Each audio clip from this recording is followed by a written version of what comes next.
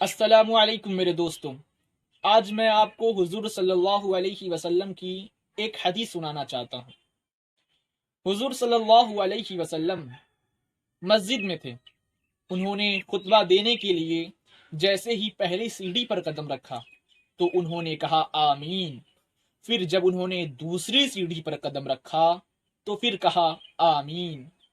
پھر جب تیسری سیڑھی پر قدم رکھا تو پھر کہا آمین۔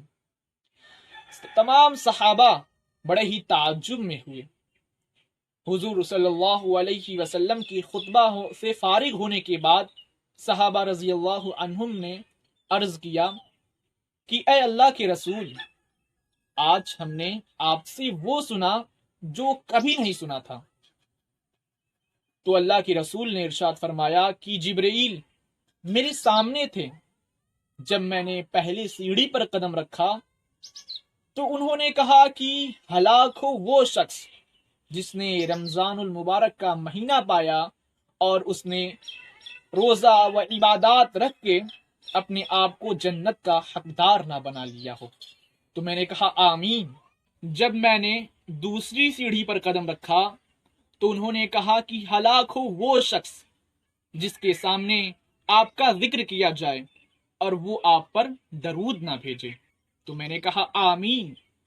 پھر جب میں نے تیسری سیڑھی پر قدم رکھا تو جبرائیل علیہ السلام نے کہا کہ ہلاک ہو وہ شخص جس نے اپنے ماں باپ کو بڑھاپے کی حالت میں پایا ہو اور ان کی خدمت کر کے اپنے آپ کو جنت کا حقدار نہ بنا لیا ہو۔ تو میں نے کہا آمین۔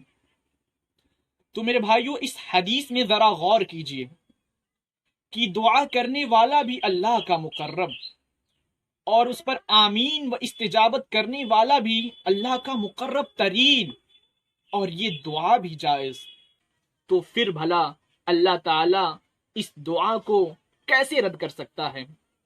تو میرے بھائیوں، ان تین عملوں سے محفوظ رہیں اور دوسروں کو بھی اس کے بارے میں بتائیں۔ جزاک اللہ خیر۔